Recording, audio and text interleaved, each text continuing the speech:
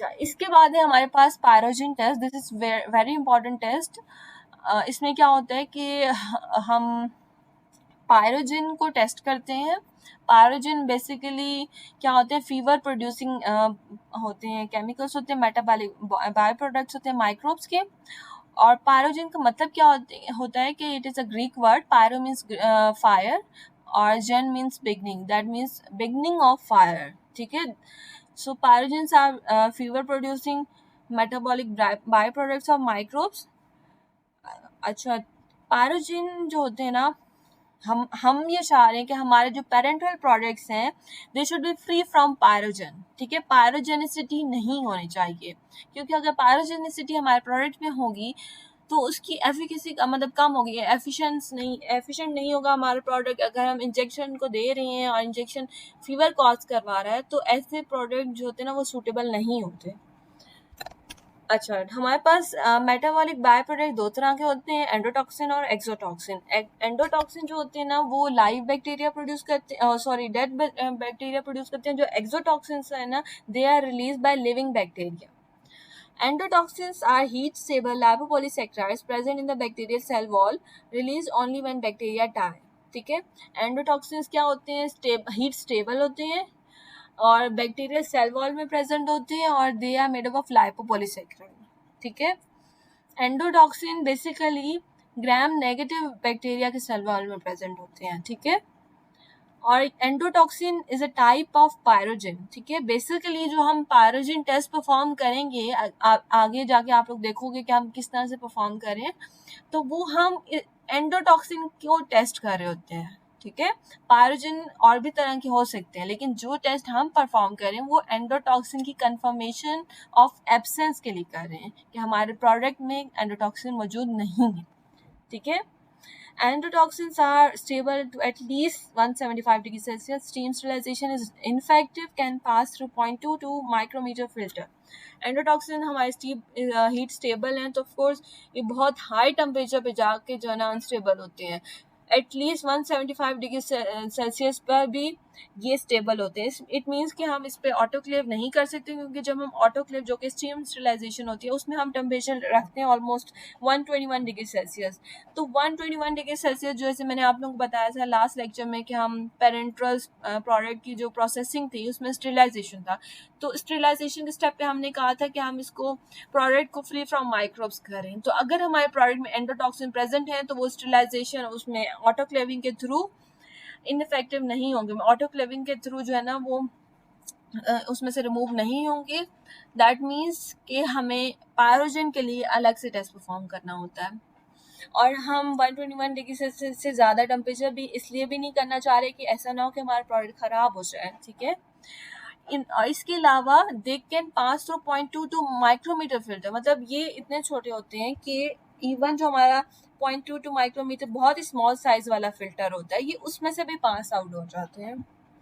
ठीक है, दो तरह के हमारे पास टेस्ट है एंडोटॉक्सिन के लिए, इन विवो टेस्ट है और इन विट्रो टेस्ट है। इन विवो हम एनिमल मॉडल में परफॉर्म करते हैं। ठीक है, rabbits are used to perform this test. Test animal है हमारे पास रैबिट। आपने 3 हेल्दी रैबिट्स लेने हैं। ठीक है, 3 healthy adult rabbits of either sex, each weighing not less than 1.5 kg are selected.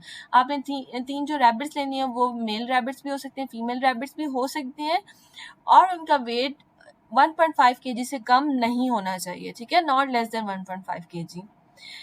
Do not use any rabbit. अच्छा, आपने ऐसा कोई रैबिट यूज नहीं करना जिनमें ये टेम्परेचर की रेंज जो है वो हो, मतलब या तो टेम्परेचर की रेंज इस तरह से हो या फिर उसके अंदर फ्लक्चुएशन इतनी ज़्यादा हो। ठीक है, पहली हमारे पास लिमिट क्या है कि having a temperature less than 38 degree Celsius or more than 39.8 degree Celsius. अगर हमारे रैबिट्स के अंदर जो उसका नॉर्मल बॉडी टेम्परेचर है वो लेस देन 38 है तो आपने ऐसे रैबिट्स को यूज़ नहीं करना। अगर बॉडी टेम्परेचर 39.8 डिग्री सेल्सियस से ज़्यादा है तब भी आपने वो रैबिट यूज़ नहीं करने। इन बिटवीन 38 और 39.8 डिग्री सेल्सियस होगा तो ही आप ऐसे रैबिट्स को यूज़ कर सकते हैं। टेम्परेचर वेरिएशन में ये है कि showing temperature variation greater than 0.2 degree Celsius between 2 successive reading in the determination of the initial temperature. अच्छा, सबसे पहले हमने रैबिट का इनिशियल टेम्परेचर फाइंड आउट करना होता है। कैसे करना होता है, आप नॉर्मल रैबिट को आपने एक मतलब टाइम, सपोज आपने 9 AM पे उसका टेम्परेचर नोट किया है, फिर 9:30 AM पे आपने अगेन उसका टेम्परेचर नोट करना है, ठीक है। हाफ एन आवर के डिफरेंस से आपने 2 रीडिंग्स लेनी होती है, which is called initial temperature. अब ये जो आपने पहली और दूसरी रीडिंग दी है ना, उन दोनों में वेरिएशन 0.2 डिग्री सेल्सियस से ज़्यादा नहीं होनी चाहिए, ठीक है। 0.2 डिग्री सेल्सियस से ज़्यादा वेरिएशन होगी तो फिर हम ऐसे रैबिट्स को एक्सेप्ट नहीं करेंगे अपने इन विवो टेस्ट के लिए, ठीक है। फॉर एग्जाम्पल हमारे पास एक पहली रेंज वैल्यू आई है 38.5, ठीक है, 38.5 आ गई है, और दूसरी हमारे पास जो वैल्यू आई है वो है 38.9।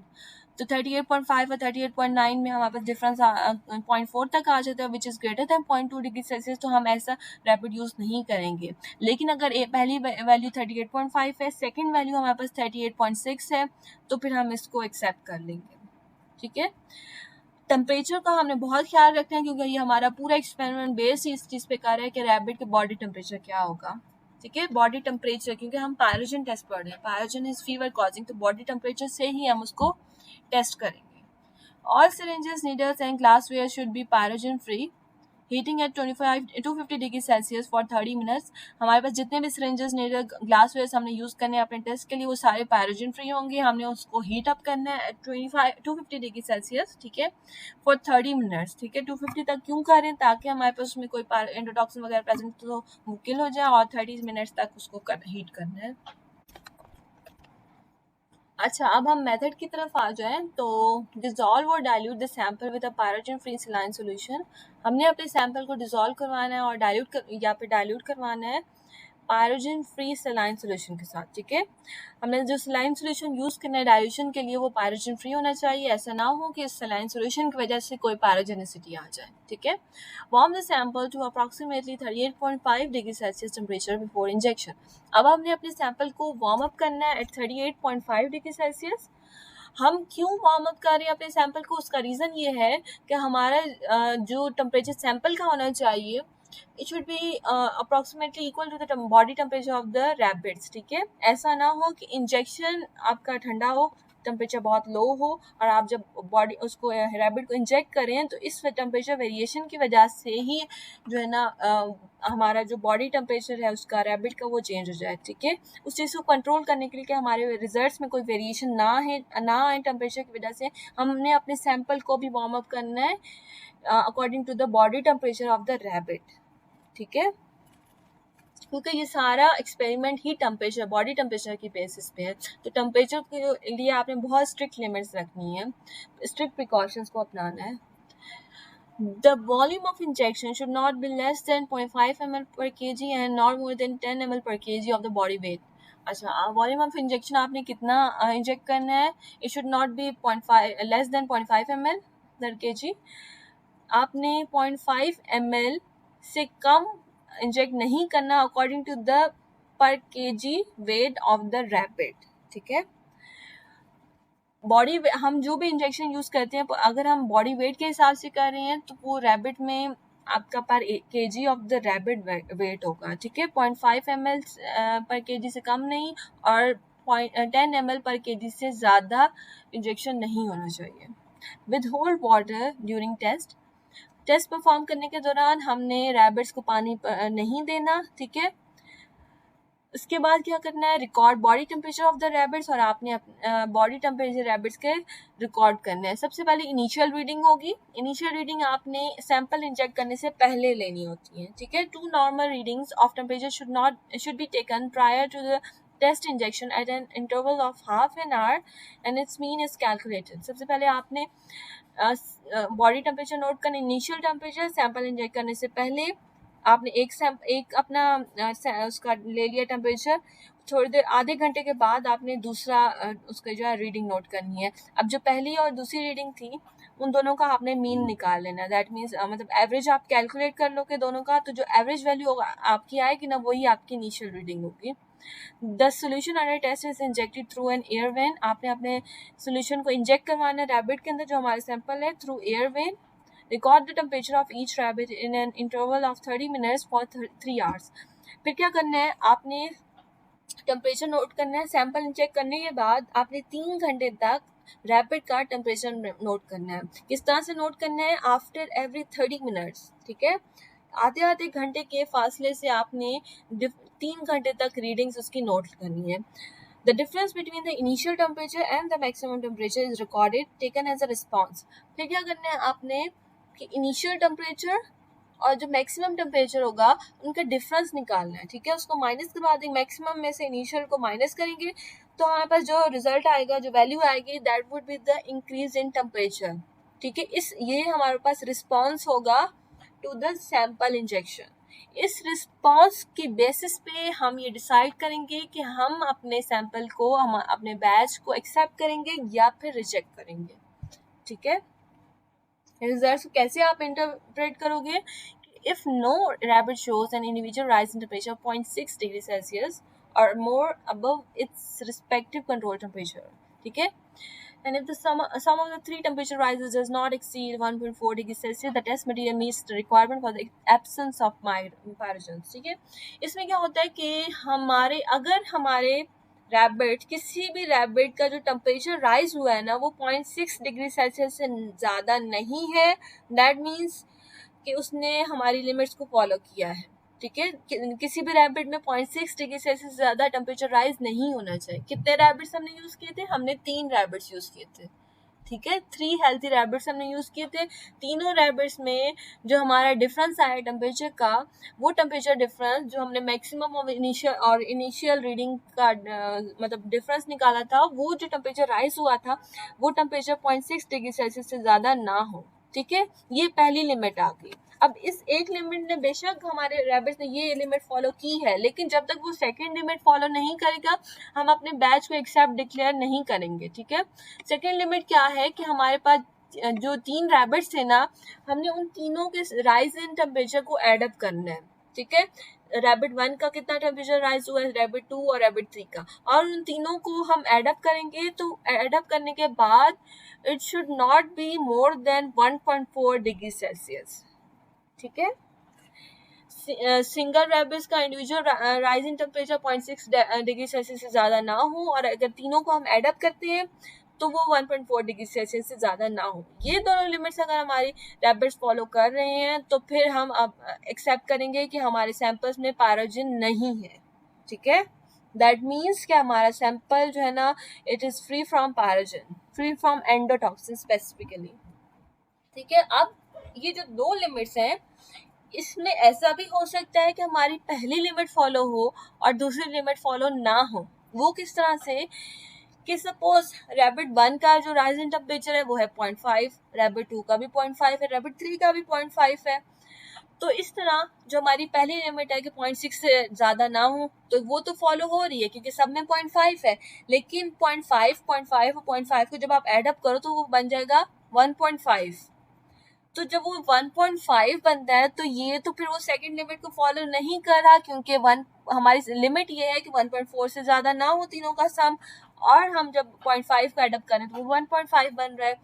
तो इस तरह हमारी सेकंड वाली जो लिमिट है वो फॉलो नहीं हो रही, ठीक है। तो दोनों लिमिट्स फॉलो होंगी तभी हम बैच को एक्सेप्ट डिक्लेयर करेंगे, ठीक है। तो if 1 or 2 rabbits show a temperature rise of 0.6 degree Celsius or more, or if the sum of the temperature rise exceed 1.4 degree Celsius, अगर हमारे रैबिट्स, 1 या 2 रैबिट्स आउट ऑफ 3, टोटल 3 थे ना, तो 3 में से 1 या 2 रैबिट्स ऐसे हैं जो 0.6 डिग्री सेल्सियस से ज़्यादा टेम्परेचर शो करें, या फिर उनका सम जो बन रहा है तीनों का वो 1.4 से ज़्यादा है, तो ऐसे केस में हम ये टेस्ट मज़ीद 5 रैबिट्स पे जो है ना परफॉर्म करेंगे।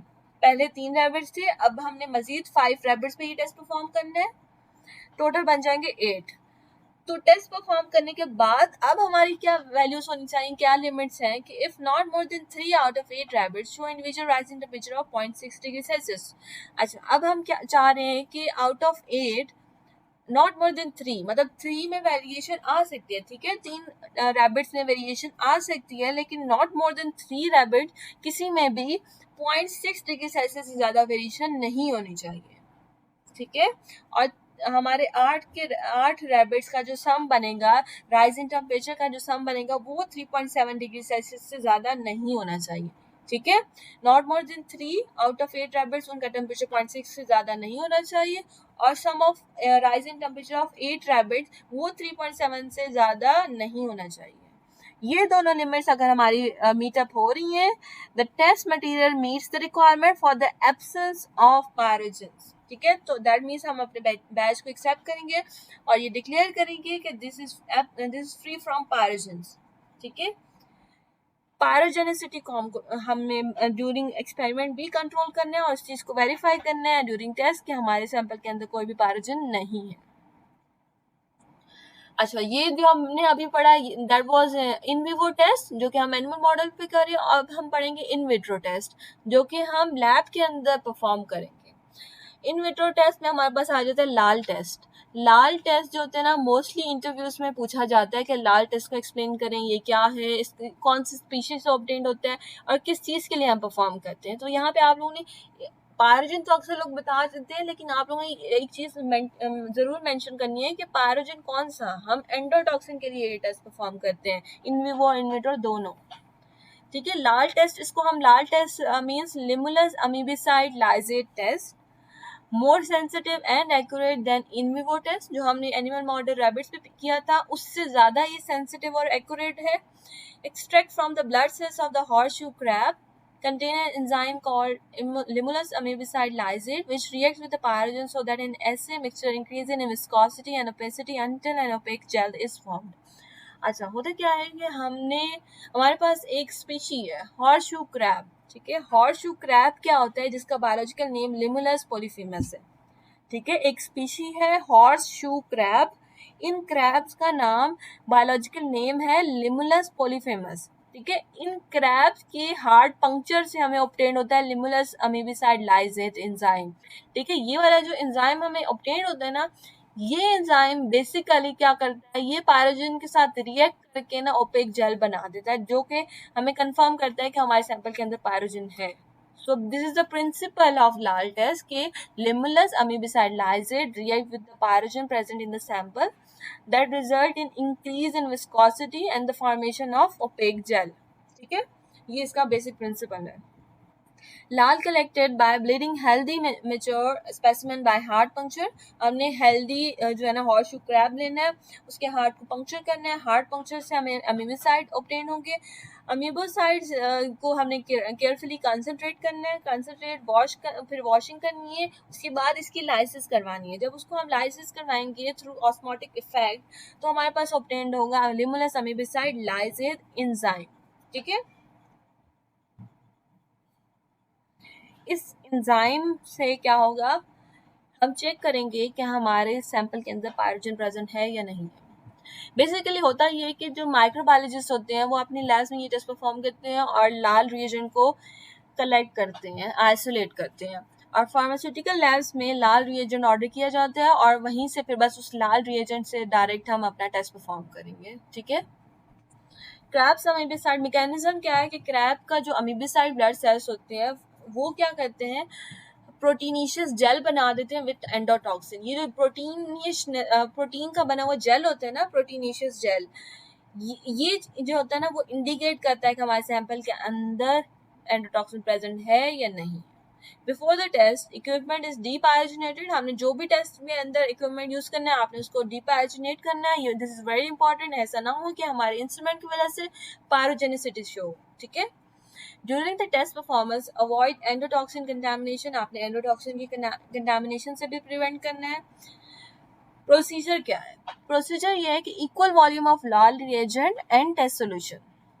आपने जो रिएजेंट यूज करना है लाल रिएजेंट, आपने उसका और अपने सैंपल का दोनों का इक्वल वॉल्यूम यूज करना है। यूजुअली 0.1 ml यूज होता है। ठीक है, लाल रिएजेंट भी 0.1 ले लिया, टेस्ट सोल्यूशन भी आपने 0.1 ले लिया, उसको मिक्स किया और टेस्ट ट्यूब में प्लेस कर दिया। टेस्ट ट्यूब आपकी जो होगी वो भी डीपायरोजिनेटेड होगी।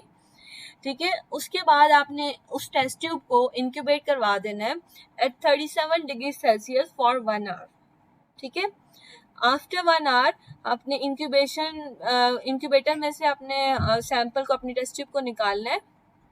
उसके बाद उसको इन्वर्ट करना है 180 degree Celsius and observe for the result. जब आप उसको 180 डिग्री सेल्सियस पे इन्वर्ट करके चेक करोगे तो आपको पता चलेगा कि हमारे टेस्ट ट्यूब के अंदर कोई जेल फ्लॉर तो नहीं बना, विस्कोसिटी तो नहीं इंक्रीज हुई, ओपेसिटी तो नहीं आई। ठीक है, इस तरह से हमें पता चलेगा कि हमारे सैंपल में एंडोटॉक्सिन है या नहीं। Result, If gel clot is formed in the tube, test is positive. Endotoxins are present in the test solution and the sample is rejected. अगर कोई जेल क्लॉट बन रहा है हमारे टेस्ट ट्यूब के अंदर, दैट मीन्स कि हमारा टेस्ट पॉजिटिव आ गया, हमारे सैंपल के अंदर एंडोटॉक्सिन मौजूद है। लेकिन हमें ये चाहिए कि हमारे सैंपल में एंडोटॉक्सिन मौजूद ना हो, ठीक है। We don't want positive test, we want negative test कि हमारे सैंपल के अंदर एंडोटॉक्सिन ना हो, क्योंकि एंडोटॉक्सिन की वजह से पायरोजेनिसिटी होगी which is not required for parenteral products, ठीक है। तो हम अपने सैंपल को रिजेक्ट कर देंगे अगर जेल क्लॉट बना। If the test solution is turned opaque, it also indicates the presence of pyrogens, so the sample is rejected. अगर हमारा सैंपल जो है ना वो ट्रांसपेरेंट से ओपेक हो जाता है, ठीक है, ओपेसिटी इंक्रीज हो जाती है, ठीक है, विस्कस हो जाता है, तो इस केस में भी हम अपने सैंपल को रिजेक्ट कर देंगे, क्योंकि इसका मतलब यही होता है कि इसमें पायरोजन प्रेजेंट है। If the test solution gives no gel clot formation with the Lal reagent, अगर कोई जेल क्लॉट नहीं बन रहा, ओपेसिटी इंक्रीज नहीं हो रही, दैट मीन्स कि हमारा जो सैंपल है वो नेगेटिव है और हमारे सैंपल के अंदर एंडोटॉक्सिन प्रेजेंट नहीं है, thus the test solution is accepted, ठीक है। तो इस तरह हमारा मेन गोल ही यही है कि हमारे सैंपल के अंदर कोई ओपेसिटी इंक्रीज ना हो, विस्कोसिटी इंक्रीज ना हो, कोई जेल क्लॉट ना हो बने, ठीक है। ये सब चीजें नहीं होंगी, दैट मीन्स हमारे सैंपल के अंदर पायरोजन प्रेजेंट नहीं है और हम अपने सैंपल को एक्सेप्ट करेंगे, ठीक है। अच्छा, जिस तरह हमने लाल टेस्ट परफॉर्म किया है, आपने सिमिलरली उसी तरह टाल टेस्ट भी परफॉर्म करना है। लाल और टाल टेस्ट में डिफरेंस बस यही है कि लाल टेस्ट में हमने जो हॉर्सशू क्रैब की स्पीशी ली थी ना, जिस क्रैब से हमने ये एंजाइम कलेक्ट किया था लाल रिएजेंट, उस स्पीशी का नाम था लिमुलस पॉलीफेमस, ठीक है। लिमुलस पॉलीफेमस से हमने Limulus amebocyte लाइजेट reagent use extract किया था, लेकिन यहाँ पे जो हम स्पीशी यूज कर रहे हैं वो है टेकीपिलियस गाइगस। टेकीपिलियस गाइगस क्रैब से जब हम ऑब्टेन करेंगे टाल रिएजेंट, तो इस टेस्ट को हम कहेंगे टाल टेस्ट, ठीक है। और इस रिएजेंट का नाम होगा टेकीपिलियस अमीबिसाइड लाइजेट। पीछे था लिमुलस अमीबिसाइड लाइजेट और ये टेकीपिलियस अमीबिसाइड लाइजेट। बाकी सारा का सारा प्रोसीजर सेम है। This is the difference is that कि वहाँ पे हमारे पास स्पीशी कोई और थी, यहाँ पे कोई और स्पीशी है। वहाँ पे हमारे पास लिमुलस पॉलीफेमस थी और यहाँ पे हमारे पास टेकीपिलियस गाइगस है।